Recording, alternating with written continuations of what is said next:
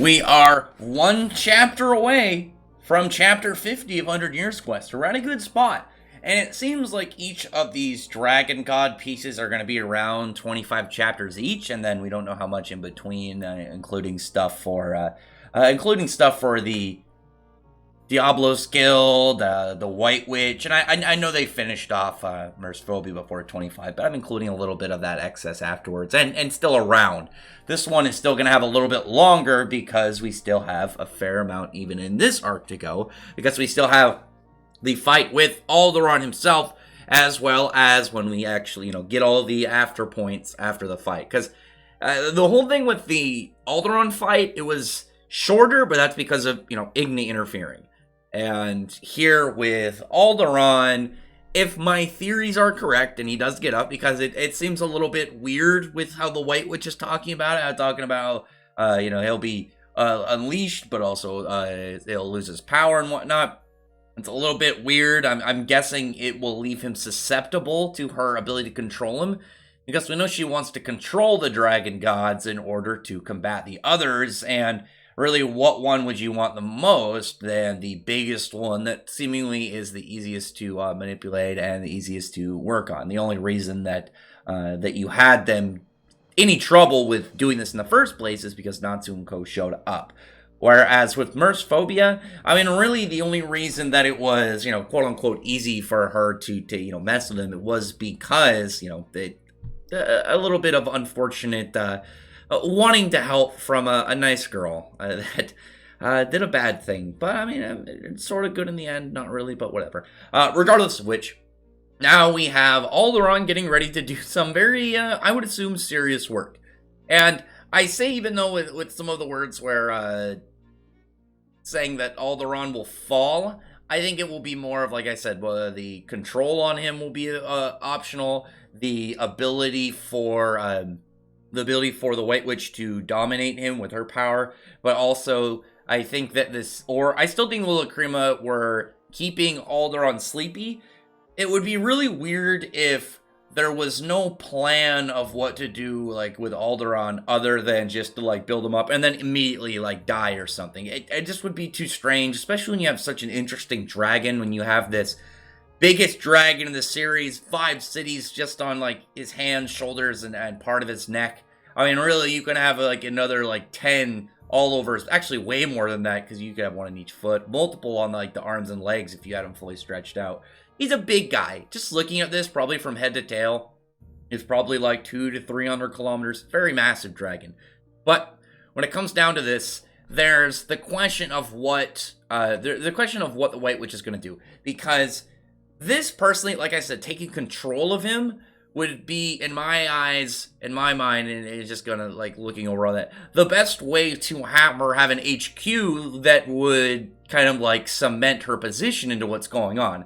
Because it would be such a cool base, in general, to have. When she's just going to keep wandering around in, little hobo encampments. Especially now, because she's going to have lost, the whole Fairy Tale Guild. We don't know much about Rebellious and her whole crew, so we can't really take them into account. We don't know if they're a powerful group, or if they are more of a large numbers or intel, reconnaissance, where they kind of come into play. We know that the White Witch is powerful, but we don't know anything about her specific faction.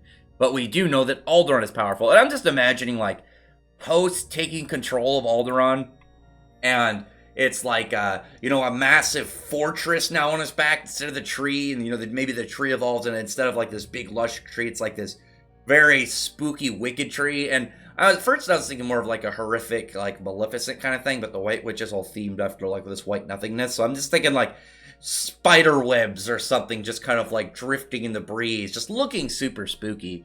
And that would make me actually curious to know if would Nebo be involved in that? I guess she could easily take control of Nebo right now, since his magic is all nulled out. Maybe that would be a thing. And then just thinking about that, because then you could have this, force him back into Dragon Force and have this spider dragon wandering around the woods on his back. That actually makes me think of the Sky Deer from Toriko, just, this giant plant-like creature with another monster on his back. But anyway, the chapter really kind of begins. You have Natsu end up finding Wendy, because after, the big attack that was used on Nebo, he went over to go see what was going on, and you have Wendy talking to Irene's personality that obviously Natsu can't see, but he's thinking of like, maybe it's Wraith, like Wraith is doing something underhanded and spooky, so he's like, oh, I'm just gonna go after him. He tries to, disconnect, thought projection to his soul out of his body again, but it looks like he can't do it at the moment. So I'm guessing this is going to be something that Natsu trains and Natsu kind of like gains the ability of. I still think that he's going to get more of his Aetherius powers along the way, and then to me, it would be weird to introduce the Beta Heaven without it having more like introduced later. Like we could easily find out stuff of like some of Natsu's other Aetherius abilities, maybe find out something about like his dragon slaying powers, or get some like knowledge from Igneel. There's potential in that, we don't really know. Plus, I think it'd be cool for Natsu to train something that doesn't have to be some super hard skill, something like, the thought projection. I mean, his soul is like detaching from his body, but it's still a magic that he should be capable of getting down. And like I said, it would be very, very interesting to see him actually train something that it's not directly related to his dragon slaying abilities, but is something beneficial. I would say, because I will be perfectly honest, I was all right with him getting the power, because I believe that soul resistance is one of his Aetherius traits, because we know that Zareth made him in order to counteract him and to beat him, because he would need to have certain immunities and certain resistances to Zareth's like arsenal in order to actually contend with him. And one of the things we do know about Zareth, his curse like affects souls and stuff, from just like the initial statement when we found out about it way back in the Sirius Island arc. But like where it was when introduced, I'm all right with it, because Nebel and Wraith, like I said, I like both of them, but they're not big major characters. I'm still hoping for the Alderaan fight. It would be really weird if the Alderaan fight was saved for later. Even if it's not an all-out fight, I would like to see like a match between them. Like if Alderaan ends up becoming the White Witch's HQ and she like builds like a big, massive, spooky bad guy fortress on it, like I'd be okay with them fighting Alderaan and then losing and having to fall back, and they're able to take some of the experience and stuff that they picked up from this arc and able to progress, maybe go to the next Dragon God, maybe Selene or Viernus. I'm guessing Viernus will be last with the whole most mysterious, and that he's a gold dragon. And I know that gold dragon doesn't mean anything specific that we know of in the fairy tale world, but I know that gold dragons have been known in some fictions to be like the rarest dragon. But from that, we can still kind of gauge like the idea of getting to see a display of Alderaan. That's what I'm mostly wanting. Like I said, if there's not a straight fight and then they beat him, I'm all right with it just being like they try to contend with him. You see just how overwhelming like a dragon god actually is, because Mercephobia seemed to kind of be contending with himself a little bit. Plus Ignea also showing up played a big role in it. But like I said, if Natsu never uses this power again, that's where I will have a problem with it, because I was alright with it showing up and then, being against a character who, even though I liked, is not a big character. When you have something like with the Zenkro fight, when it introduced the Slayer's ability to adapt their body to variations of other elements, including ones that they had trouble eating with before, I know that some people have, it's an ass pull, he comes out of nowhere. And no, when you have lesser characters like that, and again, I like Zenkro. I loved his design. I thought the God Slaying was cool. But when it comes down to it, he's not a big deal inside of, the actual bad guys of that arc. There are multiple members of the Seven Kin, I almost said Arasion Stace, with the Seven Kin that were more powerful than them. Azuma, Rusty Rose, Ultir, even, the Blue Note, he was not a Seven Kin, but he was kind of his own unit, and obviously Hades. But when you have, like, a character like that, those are the ones that are best used to demonstrate or, bring an example. It's like a measuring stick character. Even if you have one that you show a little love to, like Wraith, their existence is to bring out a display for when you have, like, when you want to use it, setting up for, like, a bigger spot later in the arcs and in the story, that it won't come out of nowhere. Because it's when it's a big, crucial point, that's when I personally think that it's a problem if you just give the character a power. Like, if something happened way later, like against the White Witch, and Natsu just pulled out this power, never used it before, that I'd have a problem with. If he got it here, ends up, like, working on it in between, like, bits, and we see him kind of just, like, practicing it in the background, and parts between arcs, then, yeah, that I'm okay with. Like I said, it's only if it's never used again that I'm kind of like, I don't really like the idea of that. That would be a valid complaint to me. But he's, like, trying to figure out why he can't use it again. Wendy comes over to talk to him, and he's like being weirded out because obviously he thought she was talking to Wraith, but she's not possessed, and even through his suspicions. But she's like, I'm kind of am, but I don't really want to go into it. But right now, I've learned something new. We got to get ready. We got some plans, but first we need to go after Carla. And I really like the part with Happy kind of just like thinking between Toka and Carla and having his little kitty harem. It's hilarious to me that that's the one that's, getting some additional chick, in the this far in the story, because a lot of the ships have been pretty solidified. And I know Hiromishima's talked about how he wants to move a lot of the ships forward. You already have Gajil and Levy, they're having a kid. You have Juvia and Gray, only one step away from being together. Natsu actually showing signs of jealousy towards people like hitting on Lucy, which is, again, a big thing for someone like him who never showed any of that before. And now he's starting to kind of like, those emotions and those feelings are starting to really surface. And you can tell that Mishima really wants to move forward with a lot of these, because now seems to be the time for it. I think he's setting up next gen, but plus also people want to see these ships all finally happen. I mean, Juvia and Gray is officially just one step away. We already know that from Gray, and the second Gray goes with it, Juvia's good. I will laugh at Mira Jane fans a little bit, only because you guys have been uppity lately and getting a little too loud for yourself. Gray, without even showing signs of using his demon slaying, beating Mira Jane. And again, yeah, because even if he, the idea of Mira Jane being a fight for Gray at this point, no. And on top of, not only does he have better feats and better displays, but his power counters hers. And that's just always one of those big factors, because we know that not only does demon slaying do extra damage to demons, but it also counteracts their abilities. So it's like, what is Mira Jane gonna do? I mean, yeah, she could have pulled out a new form. Sure, maybe she learned how to merge her Satan souls together and create new ones. Okay, unless she showed something brand new that's a massive jump. I'm not saying it's out of the realm of possibilities. If she showed something ridiculous that, would be solidifying her, if Scullion went into Dragon Force and was getting ready to really unleash his power, and here comes Mira Jane with oh, I learned something, I've mixed all of my Satan souls to create a new one, and I'm now at Spriggan tier. Sure, you could argue she's been training super hard in the last year because she didn't get to actually level up with the Spriggan, and that's how she's so powerful now. That okay, that'd be believable, but that's not what happened. There was nothing new for her. I mean, she's still a strong character, but she's not Gray's level. Anyway, now they're trying to figure out where everyone is. They don't know where they can't really tell where Lax is, but because Laxus is all drained, they know where Jalal's at, and you have Lucy bring up Plu. He's oh yeah, we'll find him. We'll be able to do this, but unfortunately for them, they have a better means with Kana's cards than poor Plu. But at least they complement Plu's smelling ability in the meantime. I mean, you can't be mean to Plu. I mean, when he gets sad, he almost melts. Look at the poor little guy. Meanwhile, you go back and help in Carla. There's some little banter between the Happy and Natsu, what's going on, and involving Wendy. But there was a note when they're talking about how when Wendy can use her separation enchantment now, which I'm wondering how long it would take and the level of effort. I imagine you would have to keep her off of Wendy because she could still drain her magic to zero. If you had people play support for her while she hits this, then I mean, really, that's the only way you're gonna do it. Otherwise, yeah, get some sneak attack, maybe throw another one's orbs. Oh no, they're all broken, so you just can't.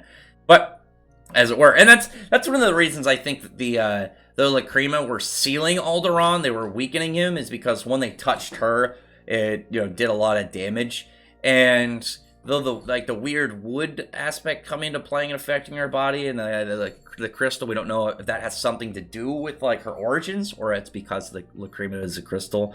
Maybe it's because the two powers hitting her and were either a sign, or it was just her body absorbing it on contact or something. Either way, there isn't a weird note from Carla when she's talking about all the Exceed.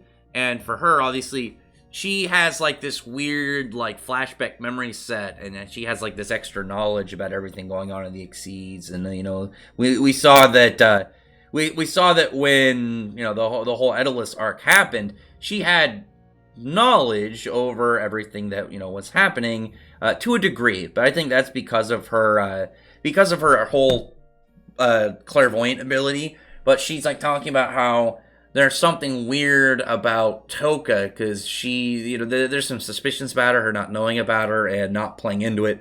So there has to be something else tricky going on. I am wondering if Toka is in some way a dragon slayer, because I would like to believe that maybe the lacrima, like the reason that it hit her, is because it has something to do with the with it, being a seal on a dragon. Which I'd have to go back and look. I don't think there's any specific parts where any dragon slayers touch them, but I don't think because the first one got destroyed before everything started. Second two were just destroyed. Nebel destroyed one without touching it, but the dragon eaters are kind of weird. Maybe we could rule it in, maybe we could rule it out, I don't know. And then what was the other one that got destroyed? You had two Mest, one beforehand, one Nebel, and then, oh my god, I'm trying to remember one. Either way, it doesn't matter too much. But then Mest goes and destroys them while they're still kind of contemplating what's going on. Like I said, maybe a Dragon Slayer, and maybe the reason that she specifically went for an Exceed is, that was her Exceed or something.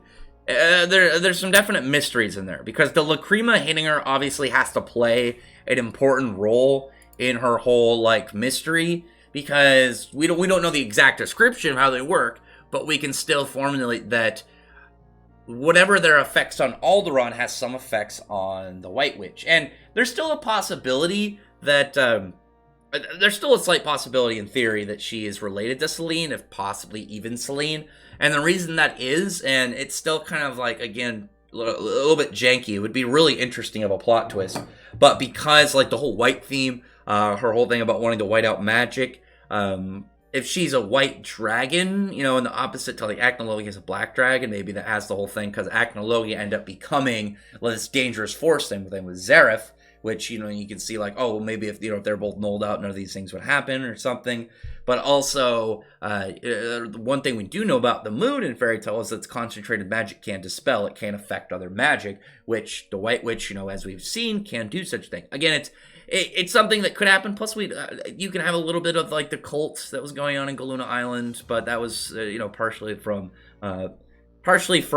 Leon's whole thing. But maybe it's he was only to gather because their cult already existed. Again, it's a little bit of a weird theory. But with that, we now have Mest, who the White Witch is why did I should have just used you before instead of having this whole big battle royale and doing all this crazy stuff.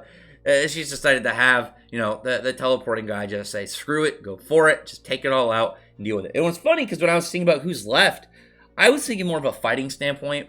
I didn't consider Mest because, in my mind, I never really consider Mest. There's something about Mest that I never really kind of taken a liking to.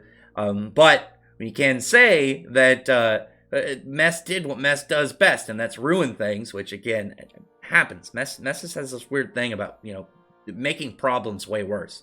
But now he's destroyed the orbs, and you have Alderaan with all orbs down, seemingly going to go upon I would assume a rampage. I would assume some form of dangerous thing going on, because like I said, he is... Oh yeah, the other one was destroyed by Kyria right after the Laxus and, Urza fight. But the whole thing with him... Now, Alderaan, like I said, it would be very strange for Alderaan not to fight at all. If Alderaan just died, I erased him or something.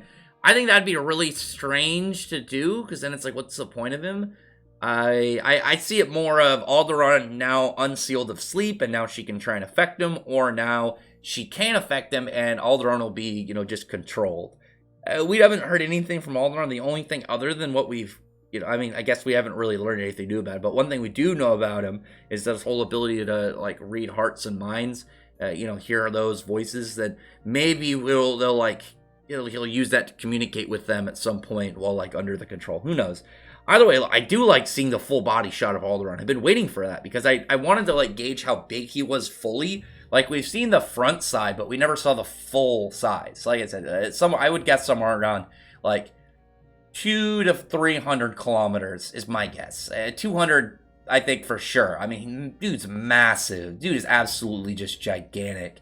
And those cities we do know are bigger than Caracas. They're pretty damn big too. So yeah, comment below. Tell me your thoughts about everything going on. Tell me your thoughts about what's going on in the chapter and what's to come up. Like I said, I really actually like that idea, Alderaan getting controlled, her converting it into a base. Because the thing is with Zareth and Acnologia gone, she can just free roam. We don't know if there's any other like very powerful characters that are going to be coming out of the woodworks. Because Zareth and Acnologia gone, you could have these other characters, and they could show up, and it's like, how are you this powerful? And it's like, I've been powerful. I just didn't want to come up with these other guys around because they were a bigger threat than me. Like, again, I mean, Zareth and Acnologia, them being as powerful as they were, and even if the White Witch, again, I've stated this, even if the White Witch is around Zareth's level, we don't know what her crew is capable of, but we know Zareth had an entire damn continent with 12 super powerful wizards all by his side. But anyway, other than that, comment below, thumbs up the video, prefer the like button, subscribe button, and check out my other videos. But I appreciate everyone who's already subscribed, and I thank you all for listening. Bye.